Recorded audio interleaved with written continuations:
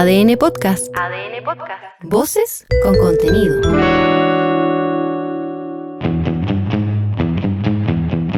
Las voces de la música chilena están aquí. Esto es Cuerdas al Aire, con Leo Nores. Hoy, Gloop.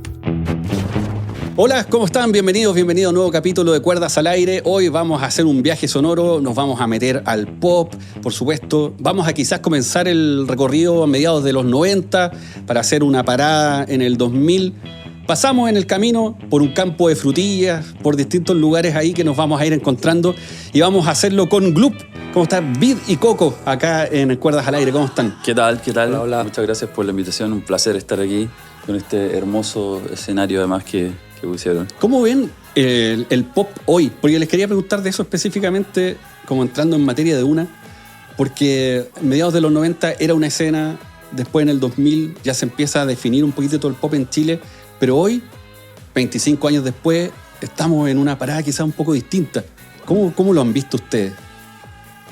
Bueno, yo creo que a nosotros nos tocó en un comienzo, como para contextualizar un poco también, enfrentarnos al rechazo del pop. Cuando nosotros partimos, yo creo que nosotros fuimos quizás la primera banda pop que hubo en Chile, y no lo digo así como de quebrado ni pesado, sino que nos tocó como sacar adelante un estilo de música que en Chile era como rechazado por algunas bandas que eran más intelectuales, más jazzeras, como que venían de una cultura más rockera.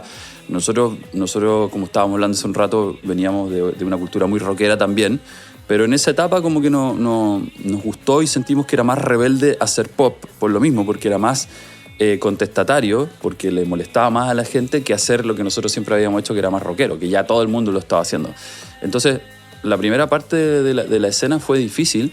Después que sale nuestra banda y empiezan a salir otras bandas que empiezan como a ir para esa onda, creció un movimiento. Después nosotros también como que apoyamos, y yo particularmente con Cristian Jaime produjimos muchas bandas de pop como Supernova, Stereo 3, cosas que salieron en la tele como Amango.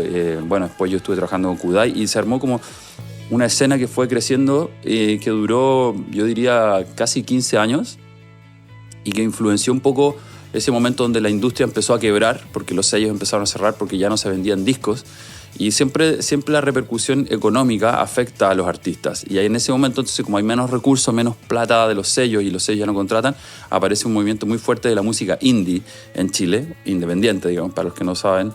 O sea, que no tienes plata y que tienes que arreglártela por tu cuenta. Y venía una influencia muy fuerte del pop. Entonces ahí yo creo que salieron muchas bandas o proyectos como Javier Amena, Alex and Banter, Jepe, que venían como de esta crisis económica de los sellos, donde tienes que inventarte tú un poco tus recursos.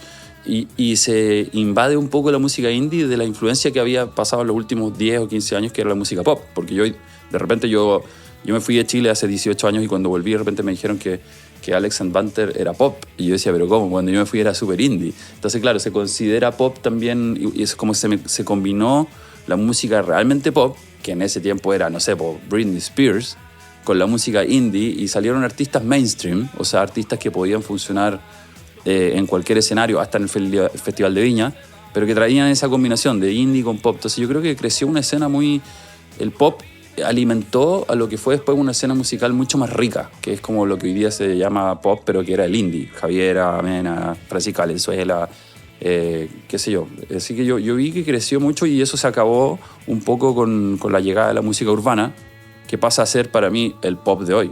O sea, lo urbano ya dejó de ser un trap duro o molestoso y pasa a ser la música mainstream, que de ahí viene la música pop, de lo popular, de lo que se populariza. Entonces, creo que Chile siempre ha tenido como buen ojo y buen olfato para eso, y tenemos buenos exponentes. Y bueno, ni hablar, hoy día hay gente como Floyd Menor o Chris MJ o Kid Voodoo, gente así de la música urbana, que son súper pop en el fondo. O sea, captan muy bien cómo llegar masivamente a la gente, y eso es parte, yo creo, de toda esa escuela. ¿Y cómo lo has leído tú, Vid? Porque desde la batería es como el desafío, lo encuentro que es súper complicado, porque tenéis como para hacer una buena canción pop, ¿qué tiene que tener la batería? Digamos, que te haga mover las patitas, ¿cachai? Como que te lleve un poquito hacia la onda disco, Sí. que tenga quizás el punch, lo conversábamos también antes de empezar a grabar, como el pan rock, que también te mueve, ¿cachai? Que tenga toda esa onda, pero desde un punto de vista de la batería, ¿cómo has visto tú la evolución del pop? Porque el pop chileno es una mezcla riquísima, no es tan purista quizás como en otros países. Chuta, yo siempre he visto como que, hablando desde la batería, tiene que ver con el corazón, porque cuando el beat de la canción va así como más a la par con el corazón es cuando te llega más profundamente una canción, siento yo. Y creo que a mí como que por ahí va la cosa. A mí me gusta tocar siempre así con el bombo como más negra. Pa, pa, pa. Más dance. Sí, esa es como mi base más, la que más ocupo, la que más me gusta, mi favorita. Entonces, y yo que me tiro por ese lado casi siempre. Sí, porque al final, de una otra manera, es como la fórmula de la música disco que va pasando con un poquitito de rock. Sí. Sí. Ahí tenéis, no sé, por lo que hacía Franz Ferdinand a Totalmente, mediados del sí, 2000, después los Strokes, en fin. Sí. Como que hay una mezcla bien particular, pero en el caso de Chile, ¿cómo lo has visto tú, Coco? Porque acá tenemos influencias distintas. Por ejemplo, tú, el twist para nosotros es como nuestro rock and roll inicial. Sí. Como que de ahí viene todo, de una otra manera. Sí, sí, pero yo creo que, a ver, o sea, hubo un movimiento muy grande alrededor de eso, pero yo creo que eso se acabó en los 80, y los 80 como que le puso un freno de mano a muchas corrientes musicales.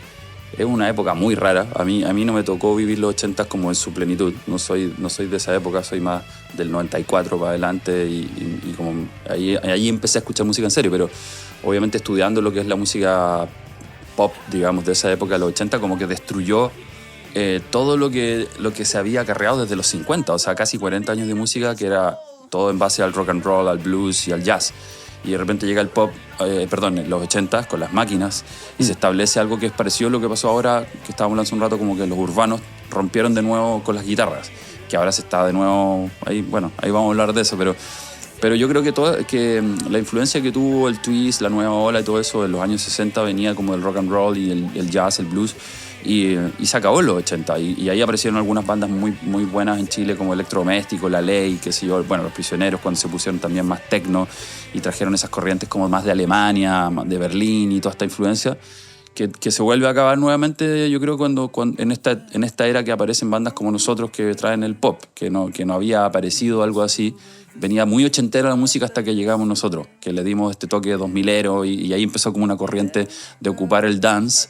Más que el disco, era ya el dance, porque había pasado por el filtro de la música electrónica, bailable, todo el boom techno de los 90, y se había agarrado de esos ritmos algunas bandas como Blur, que a nosotros nos encantaba, con Girls and Boys, que fueron como la primera banda como que rockera, que de repente pone un beat bailable detrás, claro. Y eso llamó mucho la atención, y cuando nosotros lo hicimos, a muchos les provocó cortocircuito, así como nuestros, no fans, pero nuestros seguidores, que nosotros tuvimos mucho antes de que la gente nos conozca, nos conocían como una banda súper rockera, y cuando aparecimos con este beat del video así bailable y dance, y la canción con un beat ahí en la negra en 128 beats por minuto, que para los que no saben es como el clásico más conocido beat que te hace bailar y de la música dance, todos dijeron, pero ¿cómo? Ustedes no eran eso, ustedes eran rockeros, se traicionaron, y fue difícil sacarlo adelante, pero bueno, se logró. Quería preguntar como para distintas partes de los discos, pero me hiciste acordar al tiro del primer disco. Específicamente sobre el caso de Campo de Frutilla.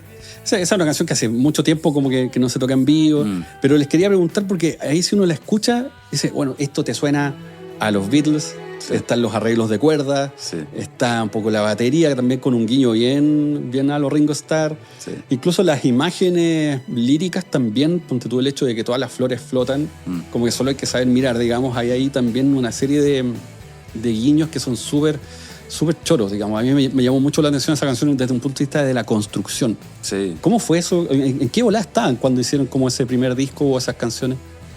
Yo creo que estaban muy influenciados por bandas que nos apoyaron en un comienzo. Yo creo que los Santos Dumont fueron una banda que para nosotros fue súper importante y que siempre hemos sido muy agradecidos de ellos porque nos quisieron y nos apoyaron y nos mostraron mucha música. y nos abrieron a este mundo más lisérgico de la música, más de viajes líricos, de escribir letras más voladas y sacarnos un poco de nuestra corriente más rockera, solamente punk que traíamos. Y yo creo que fue una influencia fuerte, más que los Beatles, todo lo que había alrededor de la música de esa época, como The Kings, The Who y la psicodelia, y entonces como que era inevitable que quedara algo de la influencia que traíamos del Britpop, que está puesta en algunos momentos de ese disco, y yo creo que ahí estaba claro, los arreglos de cuerdas en la onda de los Beatles, en la onda de Oasis, y las letras estas influenciadas por cosas más místicas.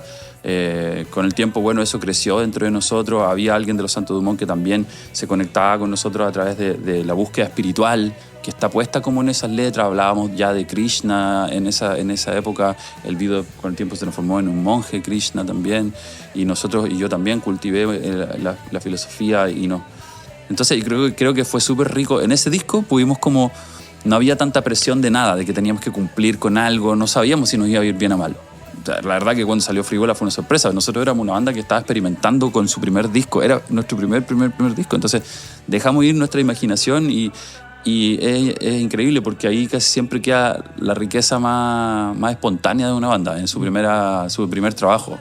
Sí. Y ahí estuvieron todos esos arreglos de cuerda y mucha como psicodelia en algunos momentos. La canción de Wish We Were Here, que le hicimos un cover. Estábamos medio psicodélicos. Sí, y ponte tú con Gandhi o Jet Osai, ahí también hay, bueno, eso ya es mucho más evidente, digamos que hay un guiño. Pero ¿cómo fue eso? Porque hay un trabajo de las guitarras también súper fuerte. Sí. ¿Cómo lo recuerdan al momento por lo que decís tú, como primer disco, cómo poder traspasar esa idea? En ese tiempo estaba tocando guitarra en club también Chavín. Claro. Chavín, que es el vocalista de Tronic. Chavín, que es vocalista de Tronic. Entre las guitarras de Chavín y las de Coco ahí que hicieron su magia. Y también se puede destacar que había un ingeniero que el sello que en ese momento era BMG lo trajo desde Inglaterra, que se llama Perry Sage. Y se quedó a vivir en Chile. Sí, él había venido a trabajar con Solar unos años antes, hizo el disco Solar, y entonces después cuando empezamos a ver todo de la grabación del disco, ellos propusieron a este ingeniero que él trabajó con Rolling Stone, entonces, y la mesa de sonido que había en ese momento para usar. Sí, también con Bowie. Entonces se juntaron muchas cosas que apuntaban a ese sonido, a lograr ese sonido. Sí, porque de hecho el disco se nota que suena pesadito, es bien rockero. Sí, de sonido yo creo que es nuestro mejor disco. Y estaba Christian Heine también, con quien no habíamos hecho súper amigo. Entonces, Christian produciendo, Barry, que es un gran ingeniero que traía toda esta experiencia.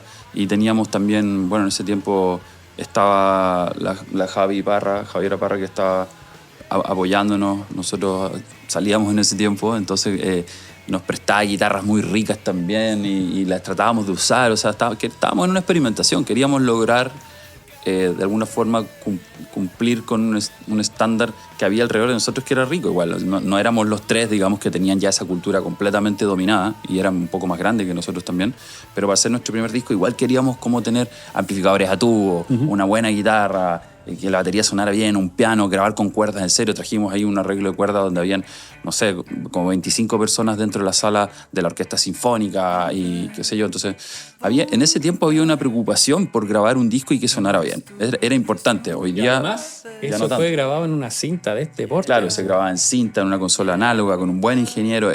Nos encerrábamos, porque nosotros queríamos hacerlo así también, por un mes y medio casi lockout, que era como que cerraban el estudio para ti y vivías en el estudio por un mes y medio.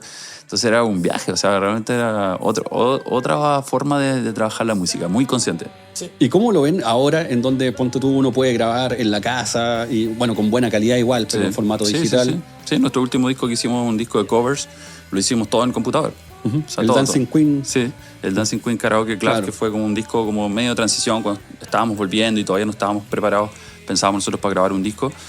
Sí, hoy día existen todas las posibilidades de hacerlo. También dentro de las posibilidades digitales hay algunas que son mejores que otras y se nota cuando alguien igual dentro de tu mundo digital, que es un mundo actual, nuevo, que lo tienes ahí en la mano, hay cosas increíblemente buenas y cosas que son muy malas.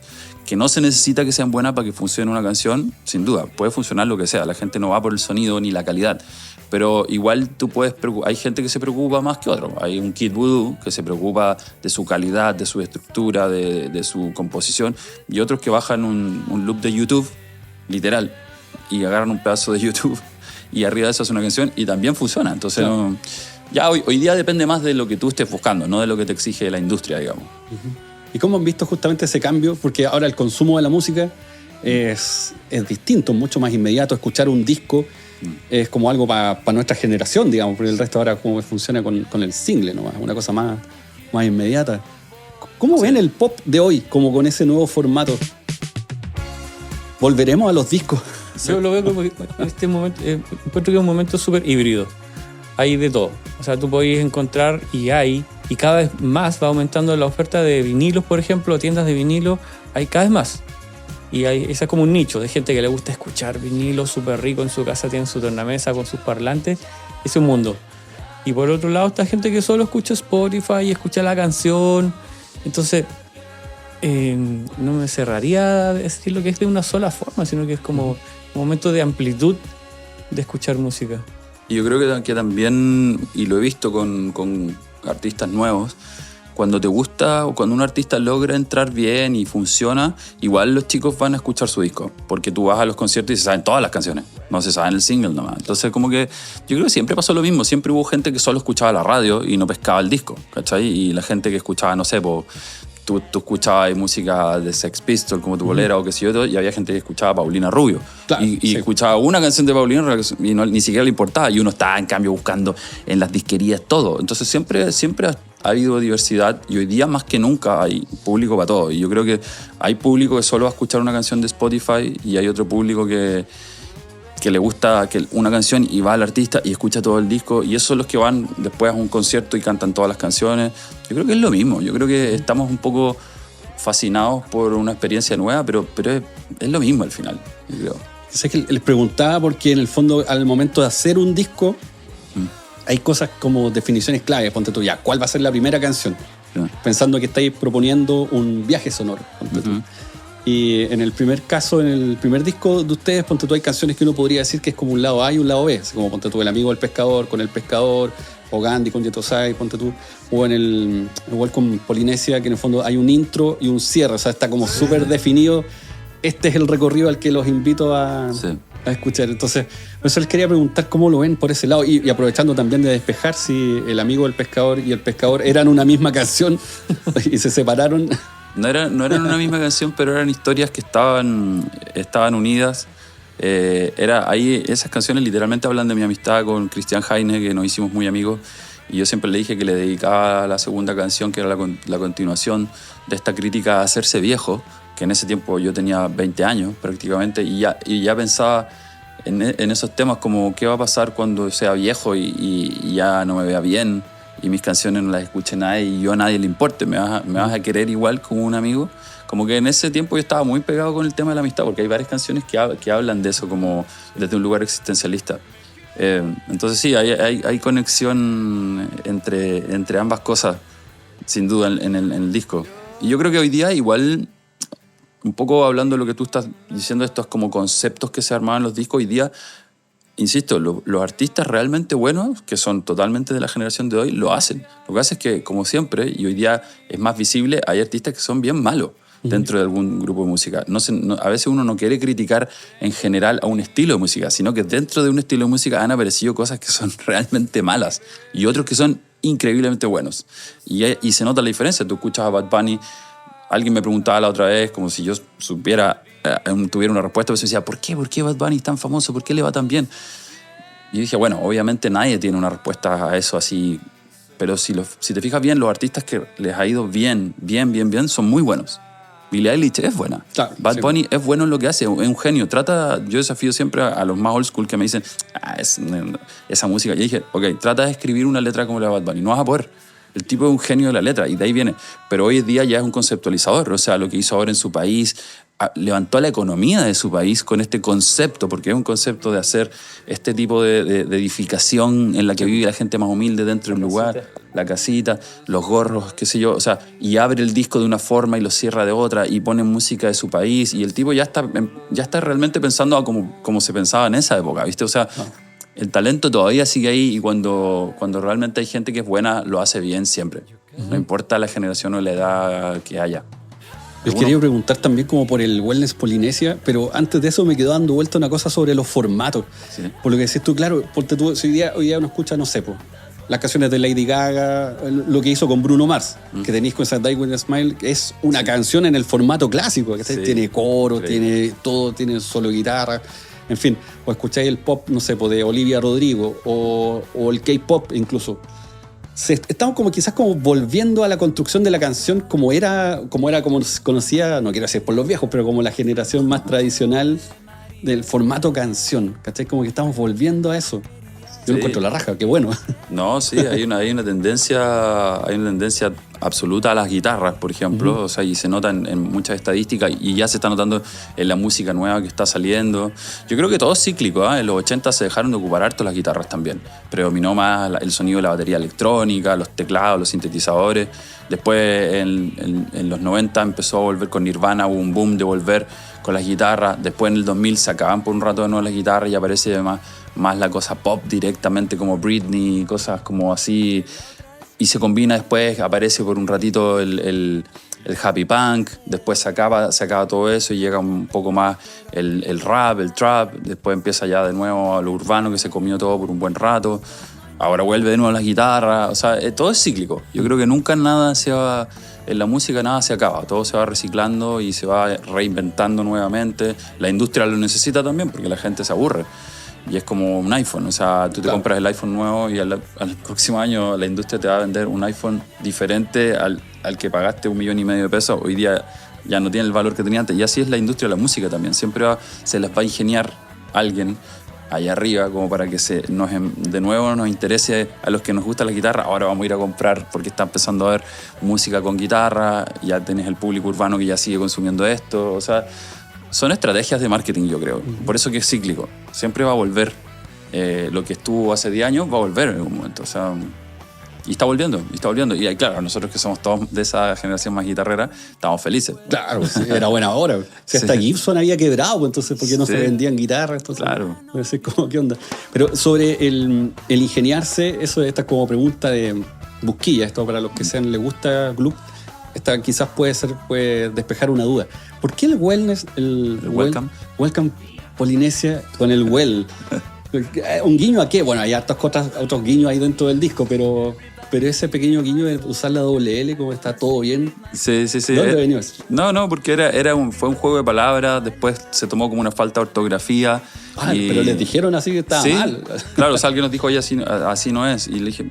Y lo tomamos como, bueno, sí, pero es que debería estar separado, pero no. Pero entonces como que quedó al final como, para que no sea tan exacto lo dejamos, no. Pero era un error realmente, porque debería haber estado o separada la palabra o con una L.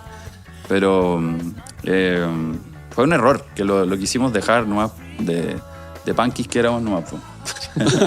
Sí, la verdad. Muy bien. Casi como que con Frívola también pasó algo parecido. También, sí. Porque en algunas partes sale escrito así como free en inglés, free bola. Y todo como una palabra junta, que no existe, ¿no? Un invento. No. Pero en vez de que haber sido escrito free bola, así que corta y todo eso, también fue, no sé, un enredo de no sé quién. Sí. Y como que quedó. Sí. Bueno. Después lo vimos y dijimos, ya, ok, sí, igual está bien. Claro. Siempre buscando una particularidad quizás que uno tiene en ese momento. Sí, es diferente, dejémoslo así. Te engrubís con eso y lo dejáis al final. ¿Sí? Es que el disco igual es bien ecléctico, pues tiene algunas partes que son como más pachangueras. Y ese disco sí son 3 discos en uno. Ah, perfecto, sí, ya, eso quería preguntar. Sí, el Welcome. El Welcome Polinesia, nuestro segundo disco, fue un disco que partimos haciendo de una manera cuando ya estaba listo, que fue en un estudio de nuevo, con ingenieros, encerraditos, trabajando. Cuando terminó esa etapa, como que yo dije, oye, ¿y si le metemos un poco más de punk? Como que está demasiado limpio todo, y nos encerramos en un estudio garage más chiquitito y hicimos como todas esas canciones que son más rápidas y con baterías más hardcore. Es que ahí está Chile Champions.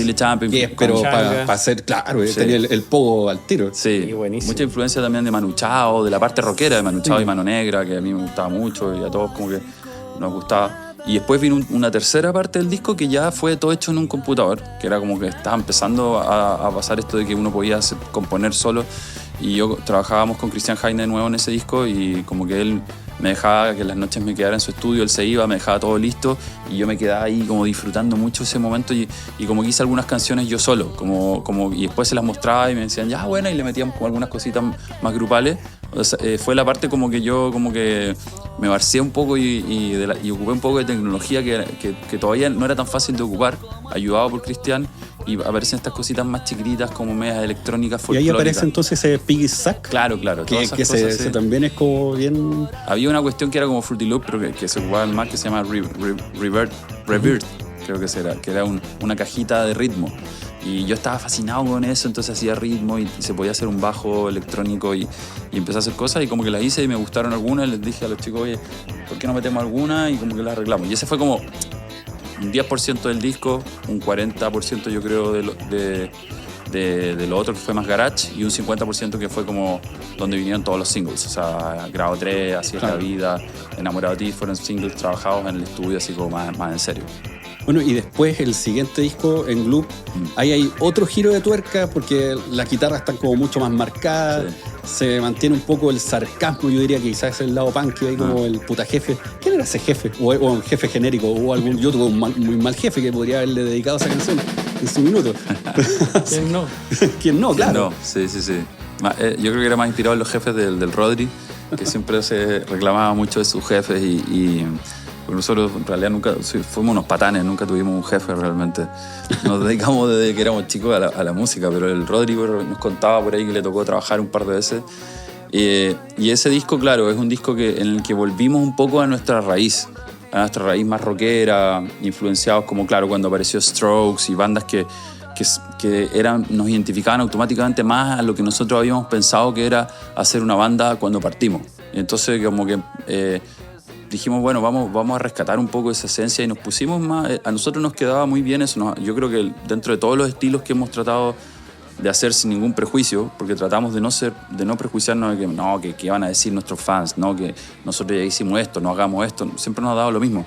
Pero teníamos ganas de conectar con algo así 100% garage, tocado así como todos tocando al mismo tiempo en un estudio. Nos fuimos a Argentina al estudio, al Circo Beat, y nos encerramos ahí y llegaban los de Babasónicos, Turf y bandas que eran como contemporáneas a nosotros en ese momento y como que tratamos de inspirarnos y volver como a un amplificador, una batería, un piano de verdad. No ocupamos casi nada de bases programadas, muy poquito, y nos hizo muy bien. Yo creo que ese disco es el que más identifica, yo creo, la esencia que tuvo Gloop en un momento cuando partió, como que era una banda rock pop. Claro, porque ahí les quería preguntar, como ponte tú, cuando los Beatles grabaron y al lado estaba Pink Floyd en Abbey Road, si usted estaba en el Circo Beat y al lado estaba Turf, Babasónico, como que se produce ahí inevitablemente un cruce o esa curiosidad de ¿y qué estarán estos chilenos? seguro, ¿no? Y venían todos los días a carretear, se fumaban toda la plata del catering para las pizzas, digamos, y la habían gastado. Que no estaban ellos en el estudio del lado, sino que nosotros grabamos con el ingeniero que usamos en ese disco. Era el ingeniero que también tocaba en vivo con Babasónicos. Ya, claro. Entonces hay una colaboración del tecladista de Babasónicos en una canción, no recuerdo cuál es. Sí, en varias. Los teclados que aparecen son la mitad grabados por él.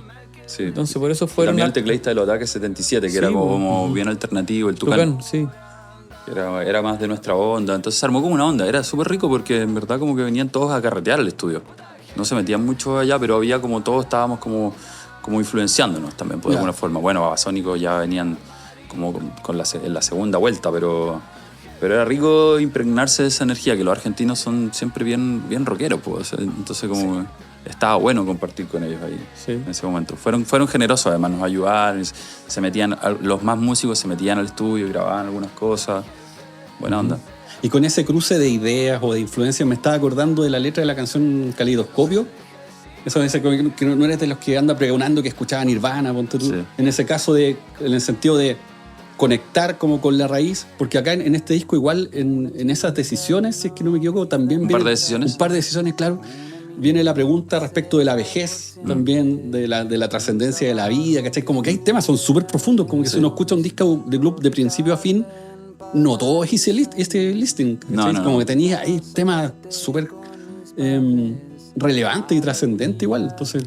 Sí, yo creo que nosotros siempre hemos tenido ese lado súper activo. Te digo que somos poco prejuiciosos y nunca hemos querido como como pavonear de la música que nosotros escuchamos, pero yo la verdad que mis fundamentos musicales fue todo el punk que escuchamos con el video cuando éramos chicos, que era punk de verdad, o sea, Dead Kennedys, La Polla Record, Exploited, Sex Pistols, sí, o sea, duro. Y después como que nos metimos en lo alternativo, pero lo de verdad, o sea, justo en el momento que estábamos haciendo club, yo por lo menos escuchaba puro My Bloody Valentine, que es una banda que hasta el día de hoy muy poca gente realmente disfrutó en su momento así, y para mí es mi banda favorita de toda la vida, o sea, nuestra educación musical o nuestra influencia musical nunca tuvo nada que ver realmente con lo que después pusimos en Gloop, porque no hubiera tenido mucho sentido, porque es una música muy complicada y no hubiéramos podido quizás hacer el proyecto que queríamos hacer, que era un poco más mainstream.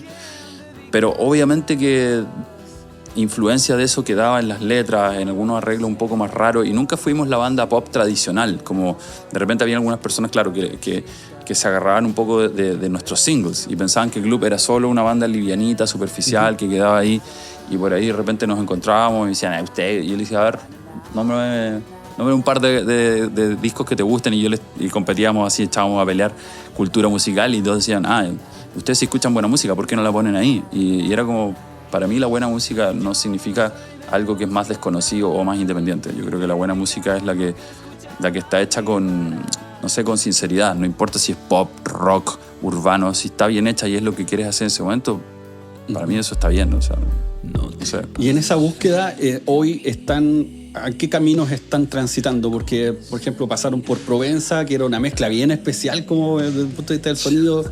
El Dancing Queen también, porque ahí está como, yo diría, como su playlist quizás de la vida. Aparece Jorge González también ahí, digamos, una versión de Los Prisioneros. Sí.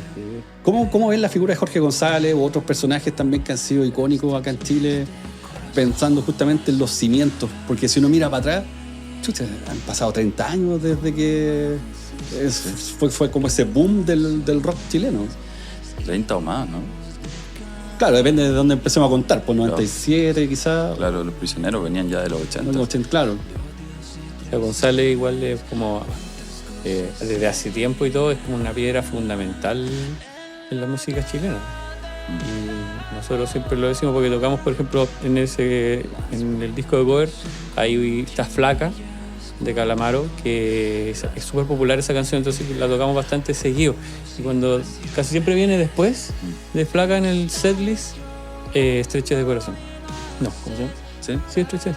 Entonces, claro, y la presentación de eso es como, ya, bueno, tocamos una canción de un grande de Argentina, pero ahora vamos a tocar Estrechez de Corazón, que es de Jorge de Los Prisioneros, y ahí es como, se nota que la influencia y la calidad musical que heredamos, no nosotros, sino que todo el público y en general, de Los Prisioneros y de Jorge González es demasiado buena. O sea, ¿no? La influencia que tiene. Nosotros participamos en su momento también en el disco que se hizo de tributo a Los Prisioneros. Maldito Sudaca. Claro, en ese tiempo estábamos como en la época de Welcome, más influenciados, medio pachangueros, como Manu Chao. Hicimos una versión más rara de Maldito Sudaca. Hubo una versión de tributo a Los Prisioneros pan rock también. Sí. Se la recomiendo. Sí. ¿Sí?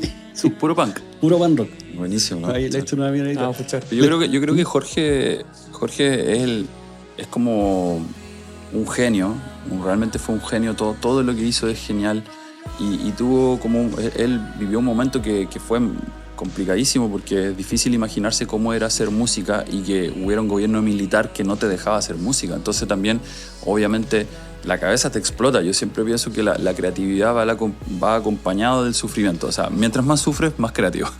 y a ellos les debe haber tocado, quizás no se dieron cuenta de lo que estaban sufriendo porque eran jóvenes y punk y todo eso, pero igual es súper fome que no te dejen expresarte así por ningún motivo. O sea, para las nuevas generaciones, si están escuchando, quizás no se lo imaginan, pero había un gobierno militar que no te dejaba expresarte y no podía existir la música. Y ellos se la ingeniaron para que existiera, y fueron los únicos que lo lograron realmente así como mainstream, ¿no? Como que saliera hacia afuera y que toda la gente... Entonces como que eso fue aún más genial, y mantenerse ahí, y como compositor Jorge es increíble, y como intérprete es increíble. Y algo que a mí me sorprende mucho de él, yo creo, es su capacidad en un momento de abandonar todo eso, cuando ya pasa el golpe militar y ya empieza a hacer, él va a Berlín, vive un rato ahí, se da cuenta que hay otro tipo de música y no tiene ningún miedo en volver acá y hacer un disco que es casi techno, O sea, pasar de ser una banda punk contestataria a hacer un disco como El Corazones, que fue el que mejor le fue, porque obviamente ya había mercado y se podían vender hartos discos, entonces las ventas de ellos ahí yo creo que fueron brutales y todo eso, pero una vez yo me encontré con él y me dijo, me felicitó por lo que yo había hecho, por mis composiciones con Gloop, con Supernova, y me di cuenta en su forma que me habló que él era una persona que entiende.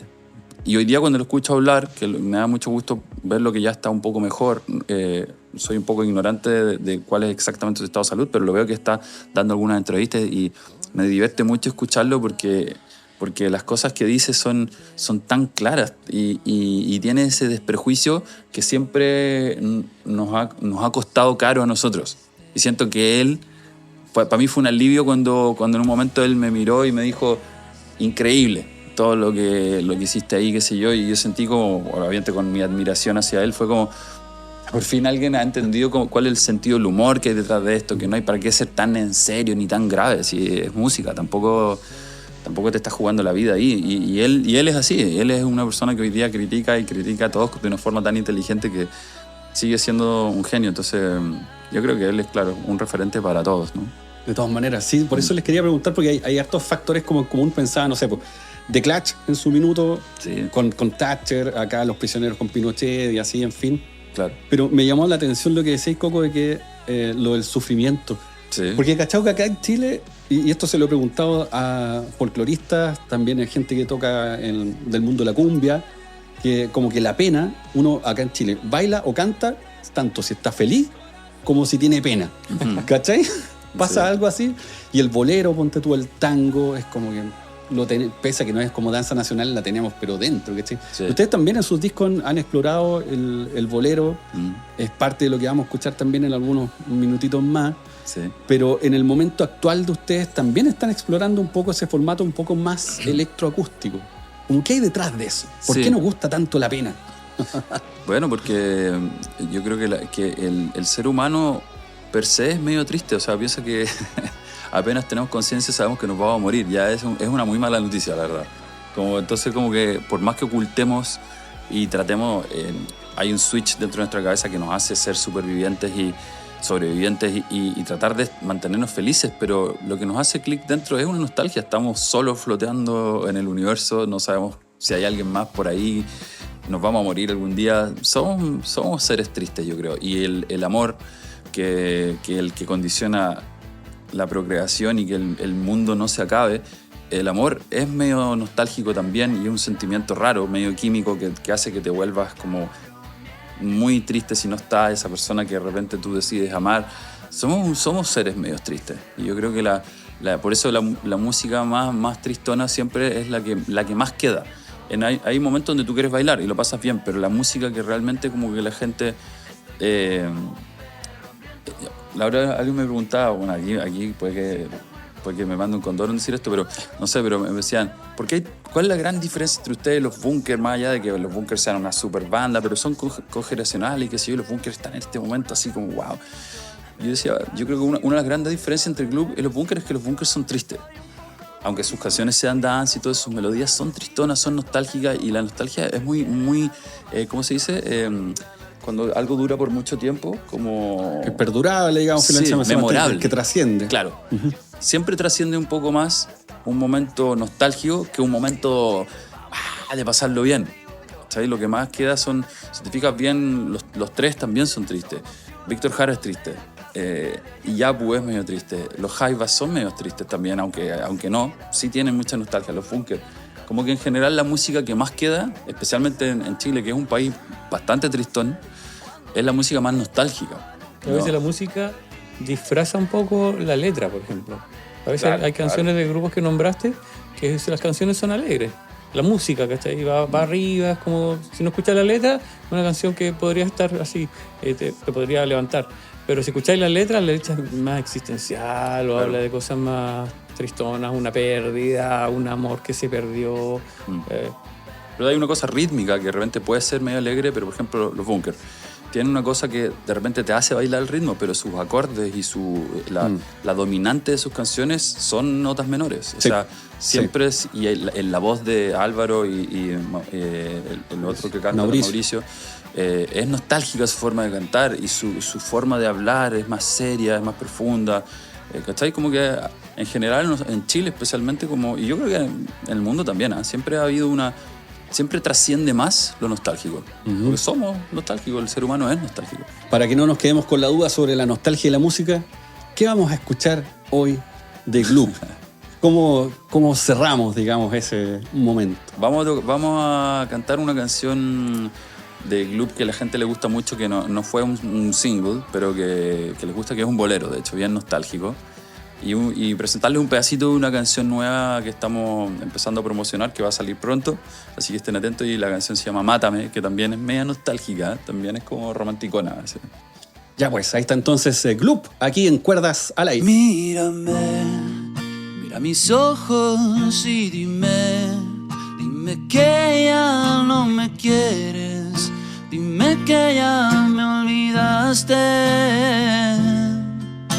Sé que estás con ese compadre solo para hacer alardes, porque no sabes borrarme. Mátame con una pistola robada, mátame como si nada, mátame para borrarme. Dispara, pero que sea en el pecho, porque si falla esa bala voy a volver a buscarte, pero ya no te voy a soltar, no te voy a dejar, ya no me voy a escapar.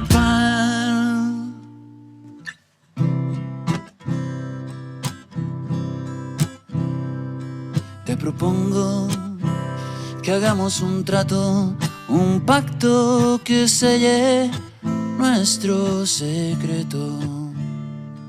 Tú te callas y yo me callo también, y que nadie se entere que lo nuestro es un hecho.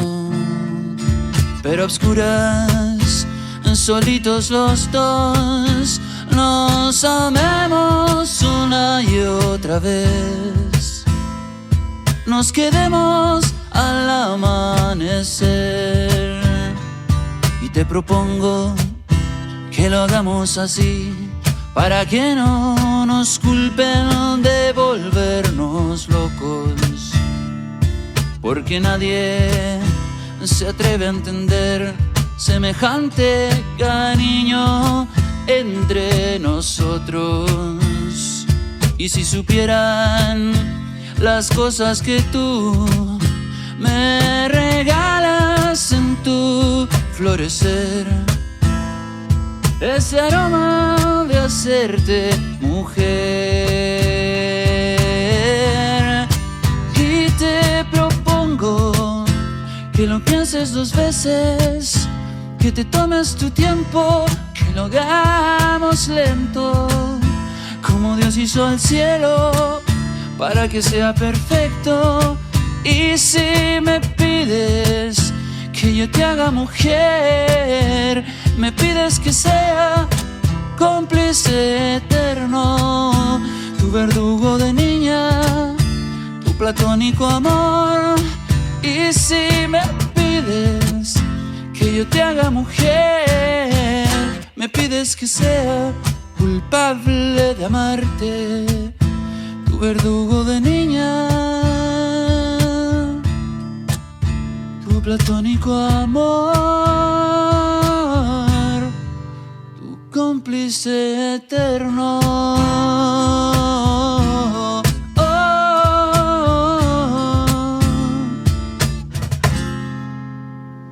Tu cómplice eterno.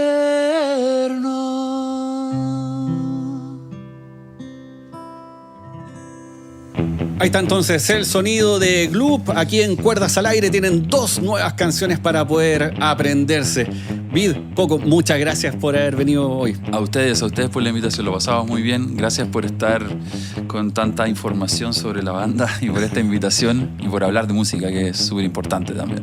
Ahí los fans tienen varias respuestas de las preguntas, quizás las dudas más importantes del primer disco, ¿eh? Totalmente, Eso. claro que sí, mucho culto. Nos vemos al próximo capítulo. Chao, chao. Cuídense, peace. Esto fue Cuerdas al Aire, el podcast de música chilena donde todo suena bien. Disponible en adn.cl y plataformas digitales.